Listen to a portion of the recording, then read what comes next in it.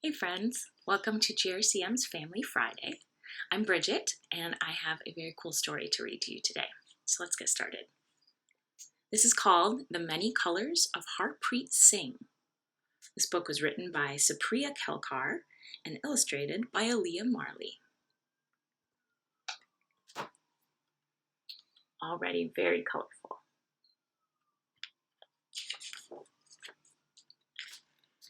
Harpreet Singh loved his colors. Bright, muted pastel, or neon, he had one for every occasion.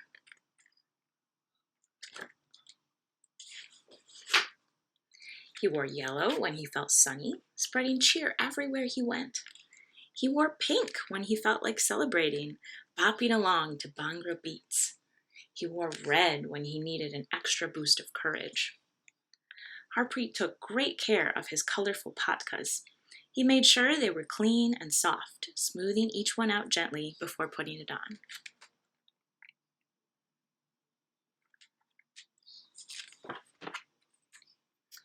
One day, Harpreet's mom announced that she found a new job in a snowy town across the country. "It'll be fun," his mom said. "It'll be an adventure," said his dad. "It won't be the same," said Harpreet. Saying goodbye took a lot of courage. He's wearing his red for courage. Harpreet also had colors for not-so-happy occasions. He wore blue when he felt nervous, his heart thumping in his chest. He wore gray when he was sad, like a cloud about to rain. He looks pretty gloomy there. And he wore white when he felt shy, not wanting to be seen. Looks like he might be nervous at his new school, and he's feeling kind of shy. Lately, at his new school, Harpreet had been wearing white an awful lot. He wore it on a field trip. He wore it for a class party. He even wore it on ordinary days, because even on ordinary days, he wanted to be invisible. Have you ever felt that way? I have. "Do you want to wear red?" his mom asked. "No reason to be brave," Harpreet replied. "How about pink?" asked his dad. What's there to celebrate?" said Harpreet. "Maybe all you need," said his mom, "is a little sunshine." Harpreet shook his head and sighed. "Look outside. No birds, no blooms, no beach, just cold." And it's very snowy there. The next day, Harpreet went to school in white, feeling gloomier than ever before.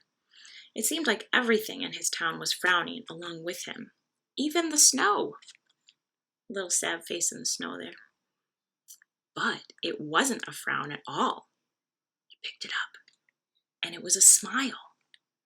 And Harpreet knew who it belonged to.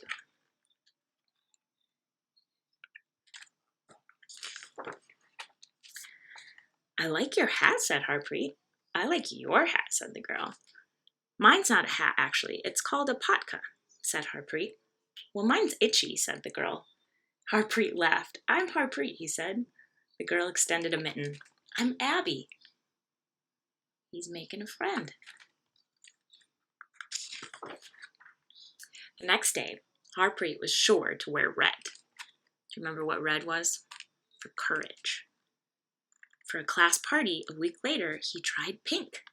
Soon the trees had buds and the outdoors were filled with the sounds of chirping birds. "All that's missing is the beach," said Harpreet's mom. She turned to Harpreet. "So, what color are you wearing tomorrow?" Harpreet thought for a moment. "Maybe white," he said, and smiled. "It reminds me of snow." It looks very pretty there now. I bet it's springtime there now. Yes, Harpreet Singh loved his colors. He had one for every occasion, even just for hanging out with a friend. So he's got a good buddy now. That definitely helps a lot. So this last part talks about why Harpreet wears a patka, because it's part of his religion as a Sikh. So this says, "A note from Simranjeet Singh, a scholar and a professor of Sikhism. It says Guru Nanak founded the Sikh religion about 500 years ago in the Punjab region of South Asia. He believed in one God who lives in everyone and everything, and that all Sikhs should practice core values like service, justice, and love. The Sikh turban represents a commitment to living these values. In this story, Harpreet likes to express himself through the colors of his pakas. The colors that he associates with his moods are his personal choice, as Sikhs are free to choose the colors, styles, and even designs of their turbans. The specific turban that Harpreet wears, called a patka, is a common style for young boys. Both women and men can wear turbans, though it is true that more men wear turbans than women. There are also some Sikhs who choose not to wear turbans at all, but still practice the faith. Turbans remind Sikhs that everyone is equal and important. How? Well, in the past, only queens and kings could wear turbans. The Sikh leaders, called gurus, believed that all people should wear turbans to signify that every person is royal and that no one is better than anyone else. So that is the end. Thanks everybody for listening. We'll see you next time.